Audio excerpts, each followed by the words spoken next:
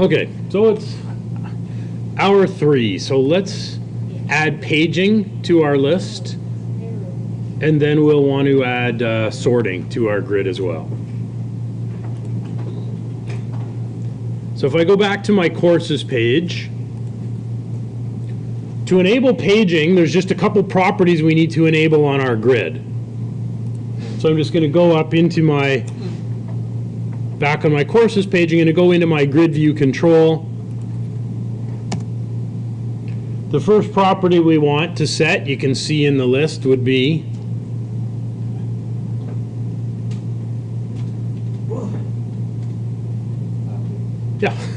we'll want to set allow paging to true.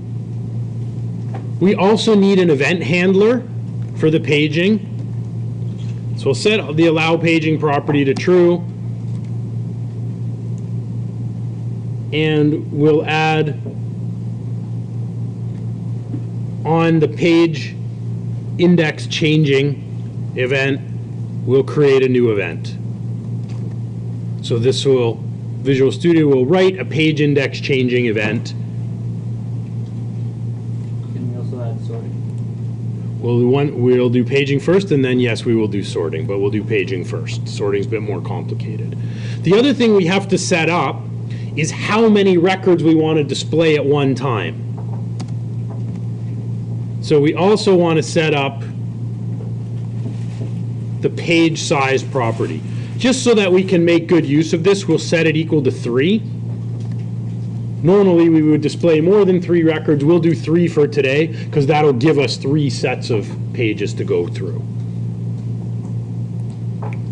So if I just save those changes and build, we'll have an empty page index changing event. We'll need to write some code in there in a minute, but just with these, adding these attributes, we should get only 3 records at a time being displayed, and we should get little links down below our grid. So if we reload the courses page now, instead of getting all 7, I only get 3, and Visual Studio automatically generates enough links to show 3 at a time. Now these links won't work yet. When I click them, They don't go anywhere yet. nothing's happening, it just reloads the same 3. So we need a couple lines of code in that page index changing event. Will it give you, like, say there was 17 different pages, would it give you 1 to 17, or would it give you like 1, 2, 3, and dot, dot, dot, 10? You know what I mean? I think it gives you 1 to 10 and then dot, dot, dot. Let's see if I try it. Where do we have?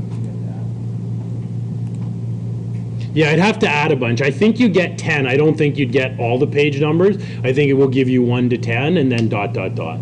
You could also just set page size to 1, just to see it. Yeah, but I think it'll still give us, yeah, let's try it. I'll set it to 1 and refresh and see. Yeah, so it'll give me to 8. I'd have to add a few more courses. Well, I guess I could do that just to see what I get. So I've got 8 courses. If I add in a bunch more,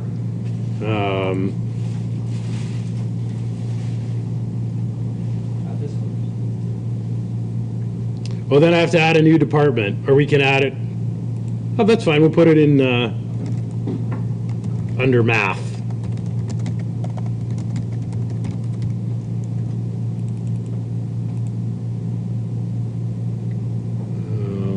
So I need to add a couple more.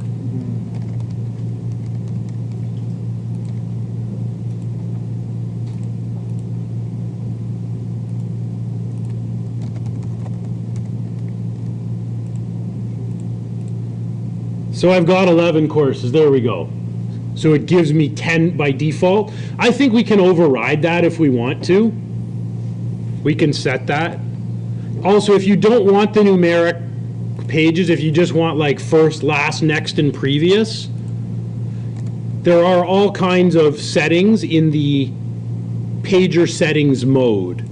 So there's numeric, next, previous, so you can change. So let's say I just want next, previous, and last instead.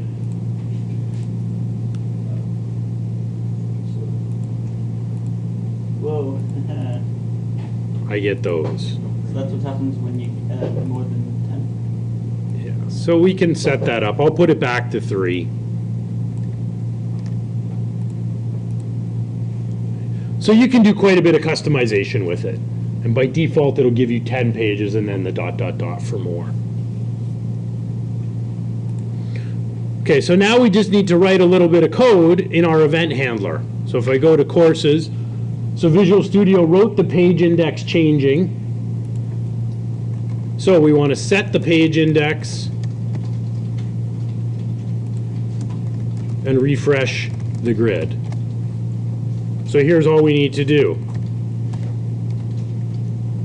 Our grid has a page index property.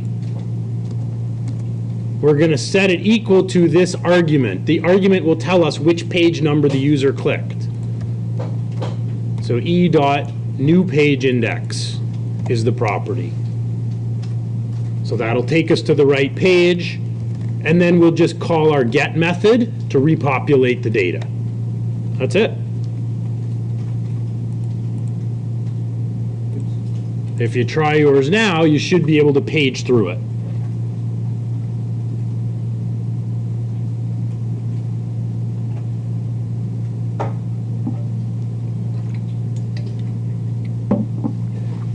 Small round of applause, I see. How many pages do you have? Well, I have more. I have 5. It's fine. It doesn't really matter how many you have. So if I go to 2, 3, 4, so mine go from 1 to 10. I was wondering why I have more than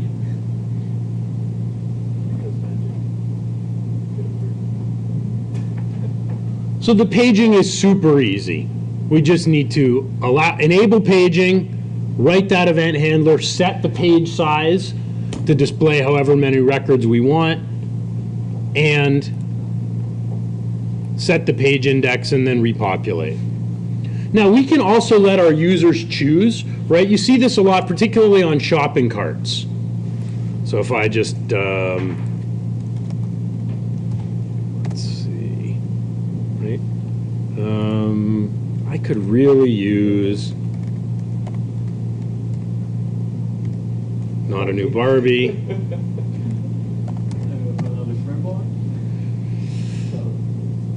Right? So here they've given us the option. So if ever we want to do this with a grid view, all we need to do is put on a drop-down list. In fact, why don't we do that? Let's give the user the option as to how many courses they want to see. We can put a little drop-down on, and we can dynamically change the page size depending on what the user picks. So let's go back here. Why don't we add a little drop-down? What choices should we give the user for page size? 3, 5, and 10. Okay, let's do that. So we'll go back to our courses page. And above the grid, I'll just put on a little div tag here.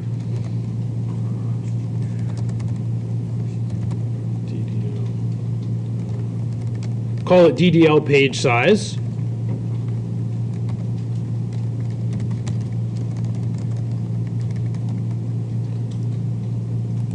And then we'll just hard code a drop-down list, an ASP drop-down list.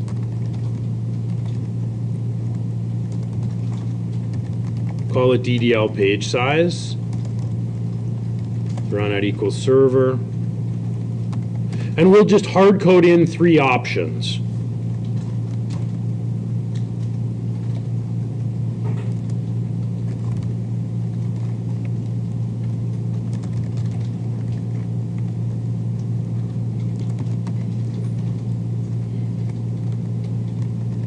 We'll put in 3, 5,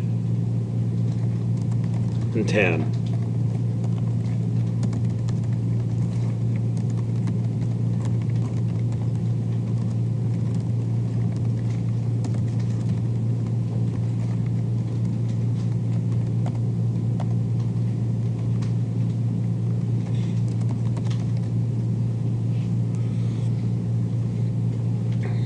So what we want is as soon as the user changes the option in the drop-down, we want our grid to repopulate, but we want to display however many records they picked.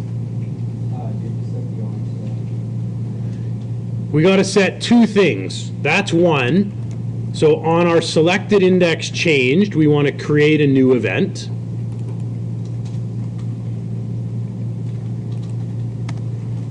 And we want to set up one other property. So this should be fired as soon as the user clicks on the drop-down. No, but we do need to set the auto post back because we want to trigger a post because this event won't fire unless we also have auto post back. So I'll just build. We still have to write the code in our selected index changed, but we can look at it.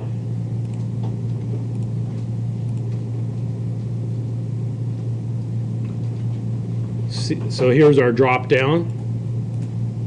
So it does a post back. You can see at the top here, this is going to flicker. So it is doing a post back, but we haven't written any code on that selected index changed event. So we're going to need 2 lines of code. So here's the selected index changed event.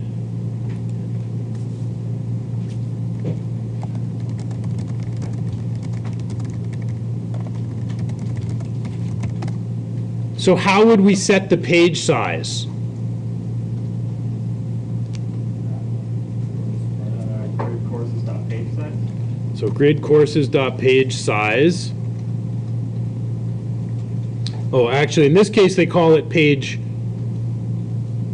I got page size. Yeah, I got page size. Oh, page size, sorry. Equals, yep. Equals the selected. So our drop-down list, what property of the drop-down list will give us what the user picked? Yeah, selected value. And what do we have to do with that selected value property? Convert it to an int. Yep, we'll have to convert it because it's a string. So we'll convert that to a 32-bit integer, and then we'll call get courses. Right, we'll repopulate the grid with our new page size.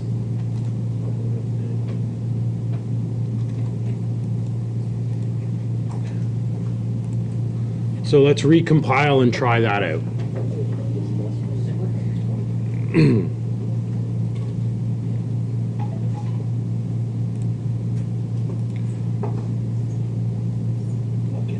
So we're going to default to 3 records.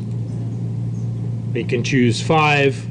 We can choose 10. And notice the page numbering at the bottom adjusts accordingly. Very nice. So it's always a good idea to give our users that choice. Really easy to implement that functionality with ASP.NET. And most commonly we see it here for building shopping carts.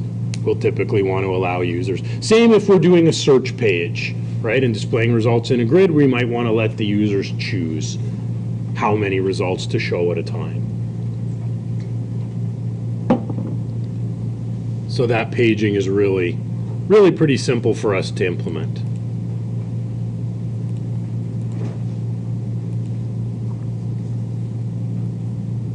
That auto post back is key. If we don't add the auto post back, our selected index change will never fire. We won't get an error, just nothing's going to happen when the user clicks that drop down. Okay, I'll just take it out of mine so we can see the difference. So if I remove that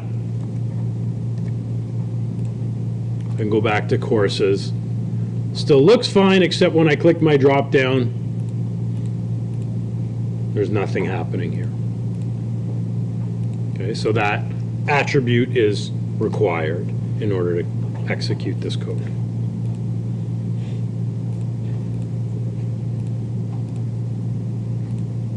So the paging's pretty simple.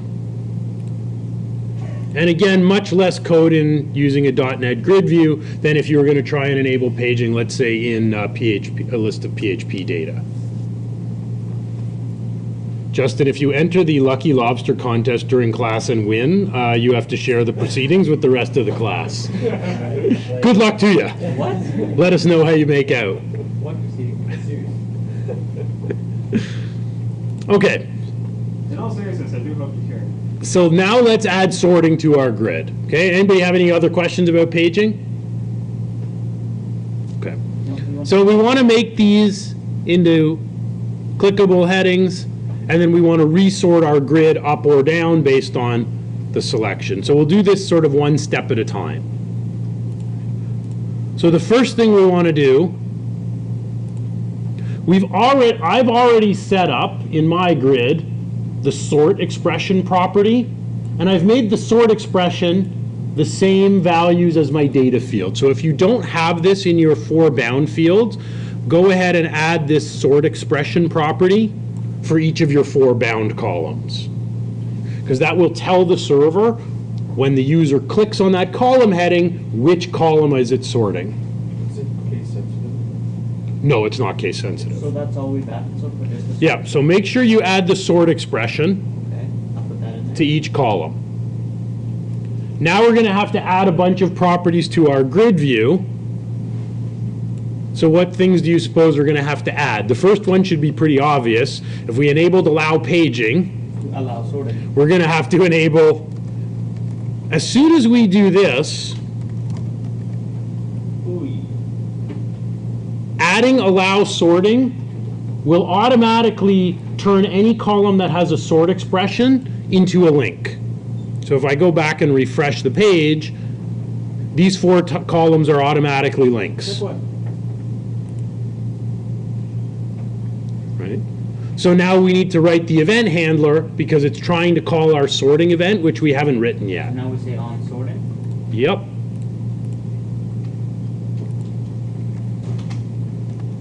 Now that, grid sorting. So on sorting equals, and let's create a new event for that.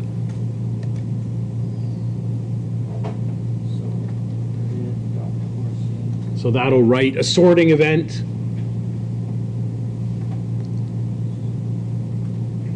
So first we'll add the sorting, and then we'll have to add the toggling up or down. First, let's just get it sorting ascending.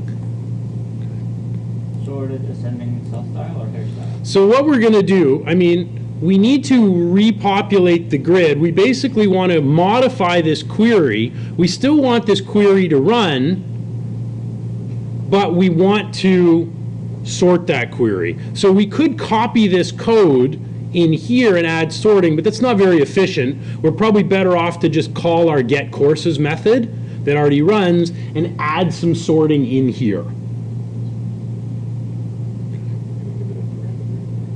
So we can either give it a parameter, we could give it a parameter, or we could, now the other thing is when it runs, the first time we haven't sorted, so we'll want to give it a default sort value.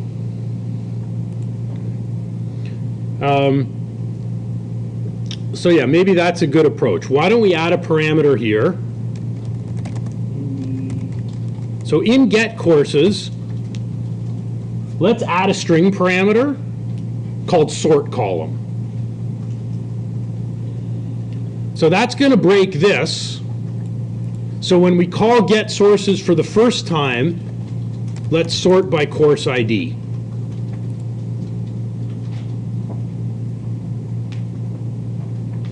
Now there's a couple ways we can add this. We're going to try it like this and see if it works. We'll add in into our link, there's an order by command. So let's add the parameter we've passed into our function this way. Order by sort column. We should probably try this and make sure we haven't broken it, that we can load the page from the beginning, and then if it's still working, we'll add it to our That is sorting everything command. else now. right? Yeah, we've broken all the other. We've broken all the other.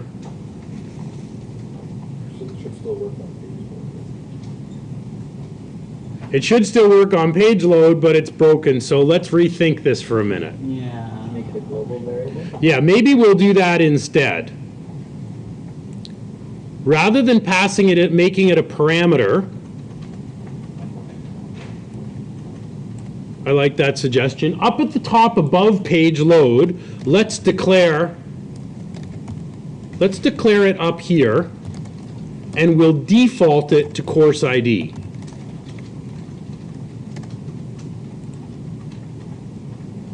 So it's a global variable inside of this page. Not global the whole application, but global within the life cycle of our courses page. So let's try that. Now I should be able to load the courses, and they should still sort by default based on the IDA sending, which they are. Did we add anything other than just that statement though? And we added, and I kept the order by clause in my get. Oh,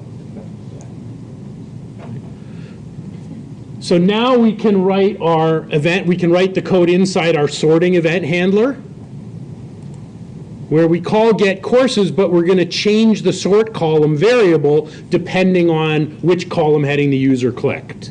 So this is simple, pretty simple to do. So we'll set the global sort column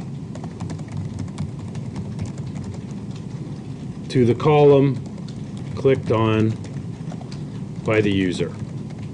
So we'll set sort column, which is our global variable. This is pretty simple. Our event handler, our event argument, has a property called sort expression, right? We set the sort expression for each column in our HTML, so now we can read it here, and then we can just call our get method. We'll run this through the debugger in a minute to check it, but this should do what we need it to do. So let's build.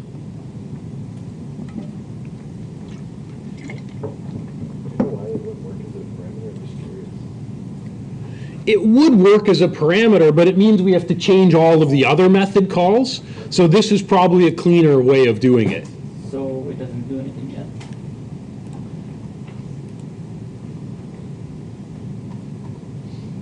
So let's try it now. So if I click on, You might wanna.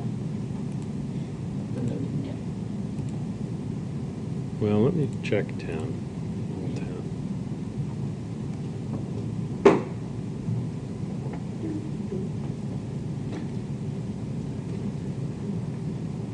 Okay, so if I want to sort by title, I should get algebra first.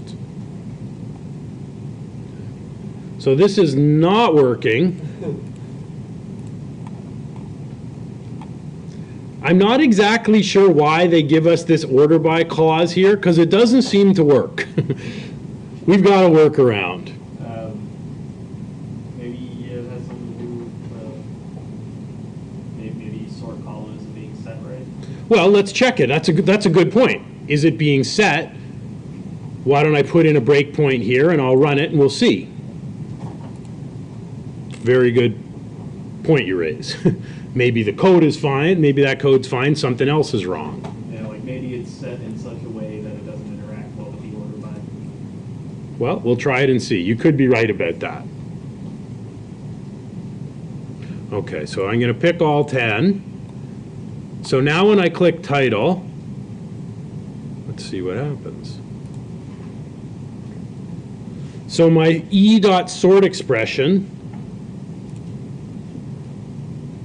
says it's title, so sort column is now title, and when we call get, it says order by title, yet doesn't seem to work. Is it because of the quotes? No, the quotes just indicate it's a string. But if you're trying to order by like a column. So for some reason that order by isn't working. we've got a bit of a workaround. We're going to tweak the code here. I'm going to take out the order by for now. We also have the ability, we can run the query, get our list of courses. We actually can do an order by here. So I'm going to modify this a little bit. How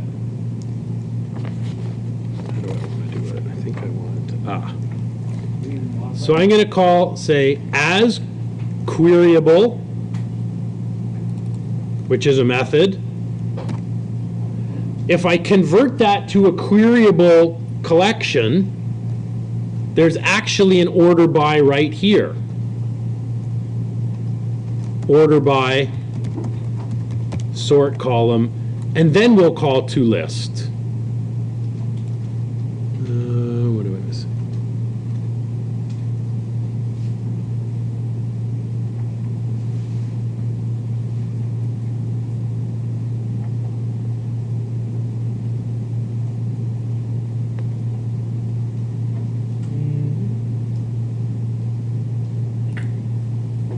Hang on.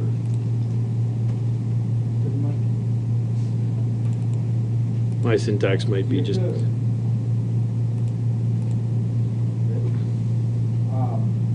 remember using order by ascending and descending. Well, it will default to ascending. It was just like an order by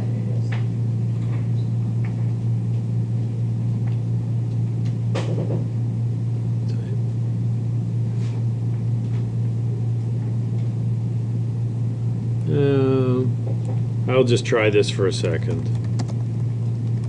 See if that makes it go away. No. Yeah, it says order by column name, ascending, descending, comma, column name, ascending. Well, even if I hard code it in, I can put in ascending, the error is not going away. Try putting it with a comma after the quotation and then ASC or BESC.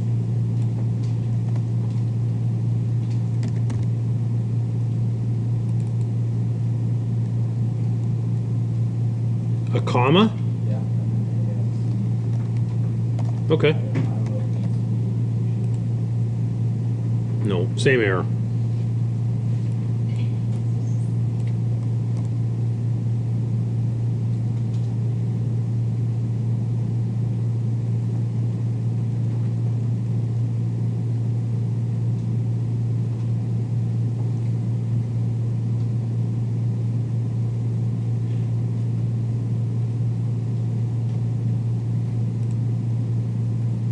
Oh, it has something to do with how we wrote this query, I think. Or by.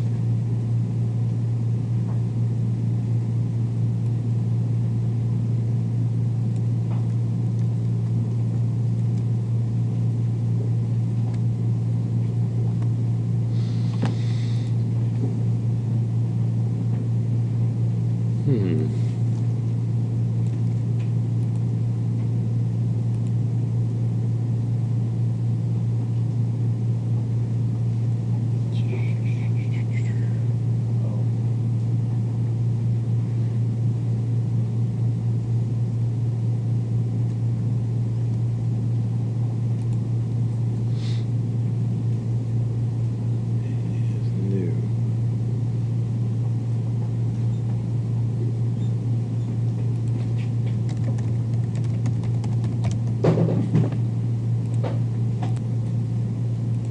So we'll try adding this reference.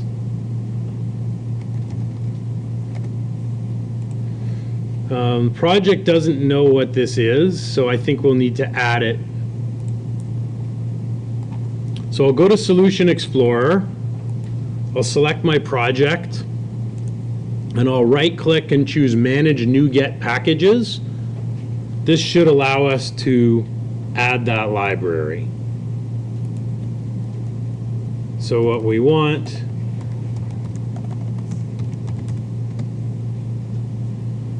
going to search for link.dynamic.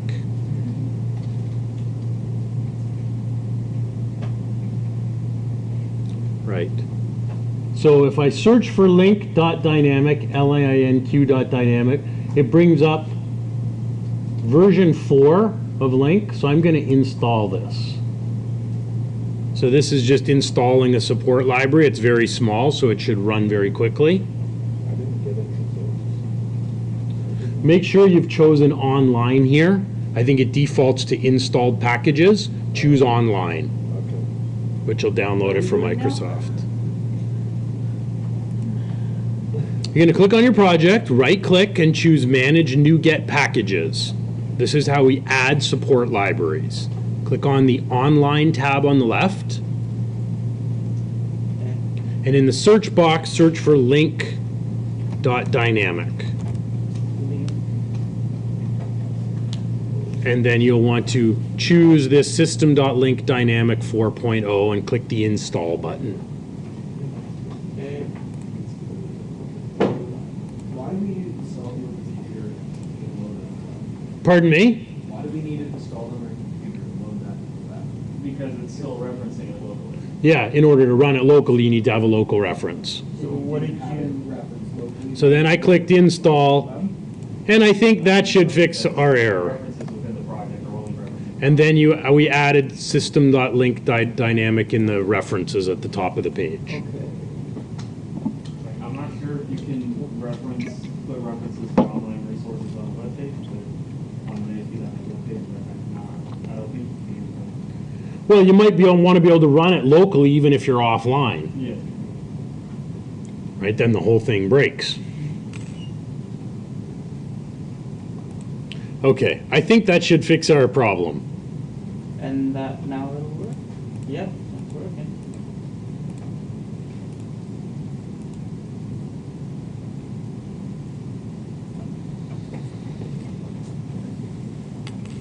So now if I view 10 per page and click on title, now I get algebra at the top.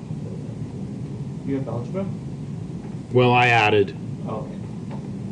I have calculus. So I can click any of the column headings. Now, Kyle pointed out that we don't have to add. I wasn't aware of this, so thanks for that tip. Yeah, I was just trying to find out stuff. You said that we could actually leave out the sort expression and it will just default to the data field. So we could try that, make sure it still works. Why type that HTML if we don't need it?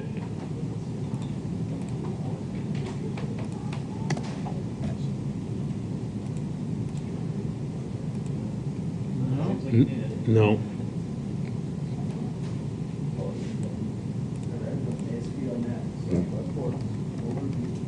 Yeah, without that sort expression, those titles are not clickable. Did you click allow sorting or set allow sorting? Sorry? Did you set allow sorting? Yep. Yeah. Yep, until I set allow sorting to true, those aren't links. If you set the sort expression, but you don't enable allow sorting, they're not clickable. So this is working, however, it's only sorting in one direction. 5 minutes. So we've got a few minutes. So the other thing we want to do is we need to keep track of which direction we're going so we can toggle from ascending to descending. Now, Justin suggested here we use a global variable for the column, which is a good idea. Using a global variable won't help us for the direction, however, because that value is going to get lost each time we reload the page. So we're going to use a session variable for that. So what we'll do here, we'll say if our form is not posted back, let's set a session variable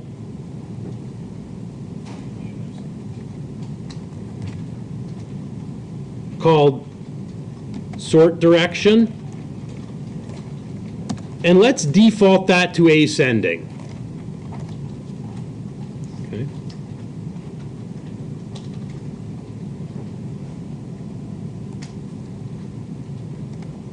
So now before we do our order by, will append the current direction to the sort column.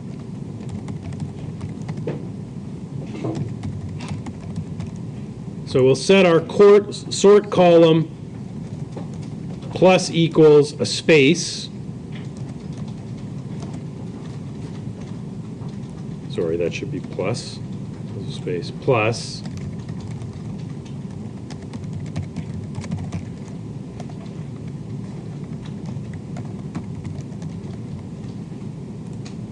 So we're going to add on a space and then either ASC or DESC onto the end.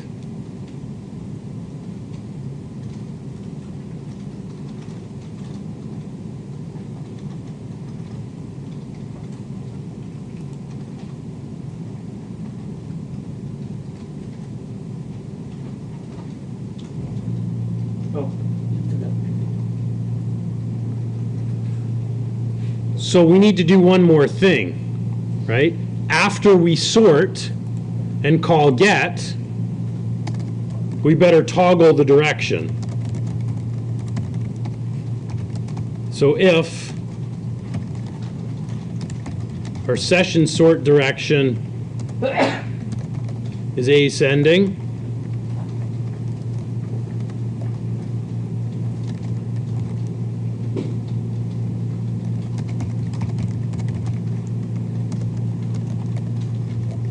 we'll make it descending. Sorry, this should be two string.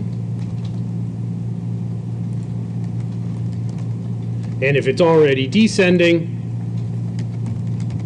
let's toggle it to ascending.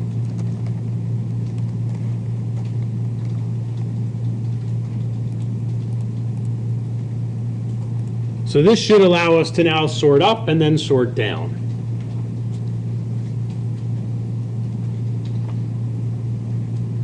We also have to check that our paging didn't get broken by the sorting.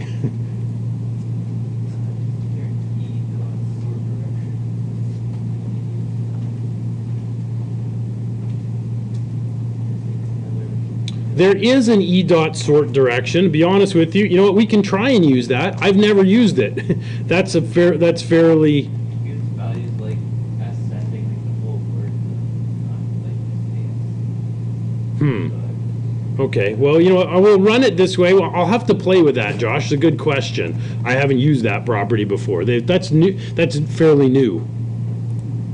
So let's build and see whether we can go up and down now. Yep.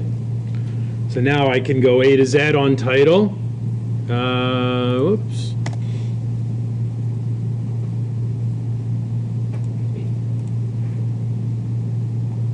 So I can click title and I get ascending. If I click it again, I get descending.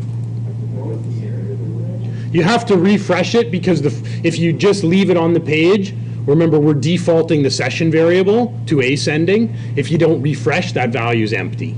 So you just have to refresh it once. Can you go back to the code for a second? Yep, I just also want to check, I'll go back, that we didn't break the paging. So if I go back to paging, so when I start paging, we lose the sorting, but now if I go and sort, now it keeps my paging. No, it doesn't. Notice. Okay, watch what I did. So I sorted by title. That seems to work, but when I go to page,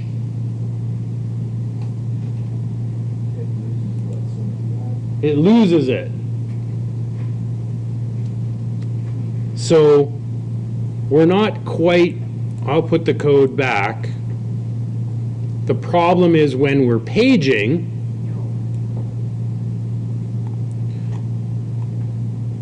so our sort column, the problem is if we don't have a sort expression, it always reverts to sorting by ID. So how could we get around that problem? Yeah, so instead of using this in a global variable on the page, we maybe want it in a session variable instead.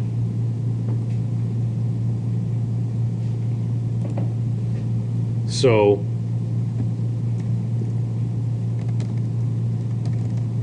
we'll start out with an initial value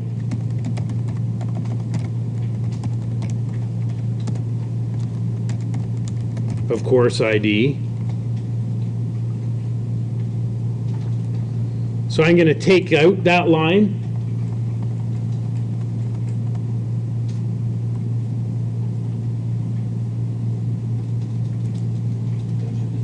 Does it break anything? Yep, because, so now,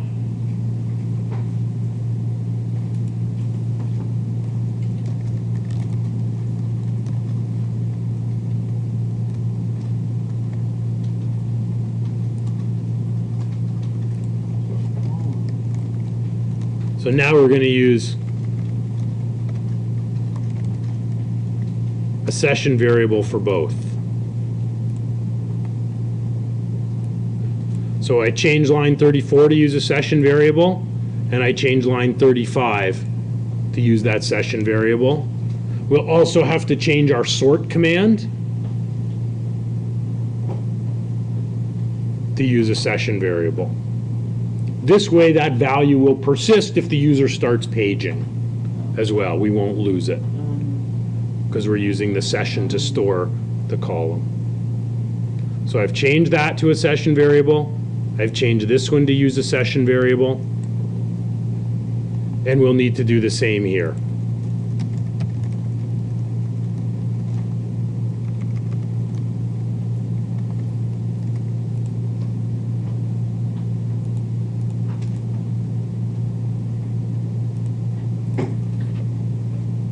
So now we should be able to sort up and down, start paging, and not lose the sorting.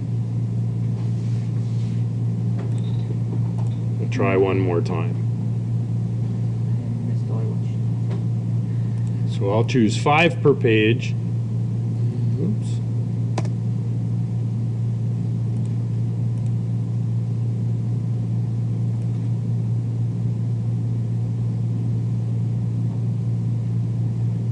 Did you only change the things to session sort column, or did you put anything else on Okay, I've got to figure why that crashed. We're defaulting.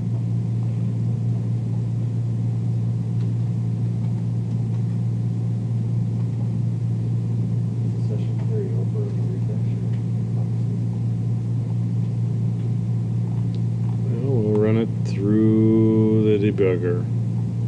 that? Did you ever reset the sort column? Won't that set sort column every time the page loads?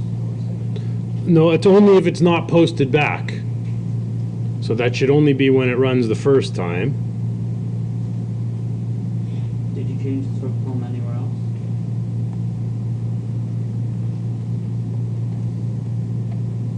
So let's see what we did. How do you step through that again? You hit F11.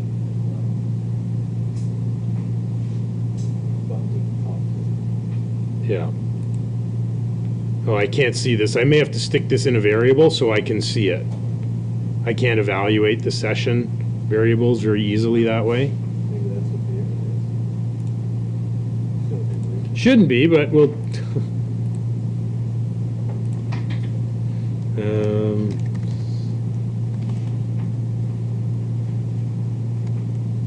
we'll try it this way. String sort equals session column dot to string.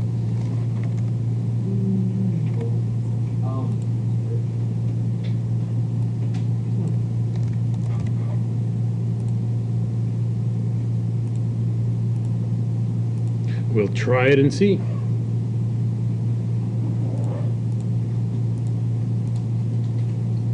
So it runs fine the first time, right? Sort is course ID ascending, that's okay. So it loads the first time. I know our time's up, I will just fix this and then we'll put it up on Git. So it runs the first time, but why when I page, still course ID ascending, which should be fine. Yeah, it is now. Yes, I guess it didn't like me using the session variables for some reason in my, so now if I sort, I can sort by title up and down. I can change my paging, and my sorting's still here. Okay.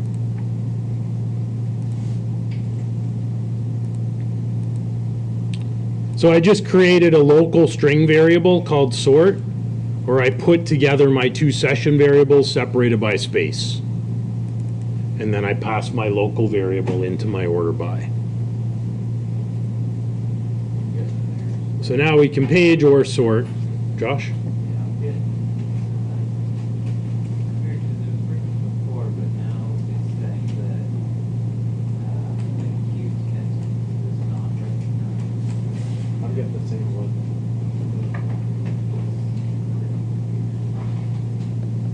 I'll come have a look if you're having an error. Okay, I will push all this code to GitHub. And then what we're going to do next week, we want to add these little sorting arrows. So we'll finish this code off by adding the up or down arrow. And then we'll work on the students page so that we can add, edit, and delete student in a course. So we'll do that next week. That won't take us all class. And then what we will probably start into is security. So how do we use the ASP.NET Identity package so that we could turn this, which is a public app, turn it all into a private app that a user will have to sign up and log in order to be able to do anything in here. Did you figure out what was wrong? Yep, what went wrong was I was trying to use the session variables right here. So I've Did you now make it a string instead? used the session variables inside of a local string variable, and I've used that. It's weird, I've done the same thing. Okay, I will come have a look.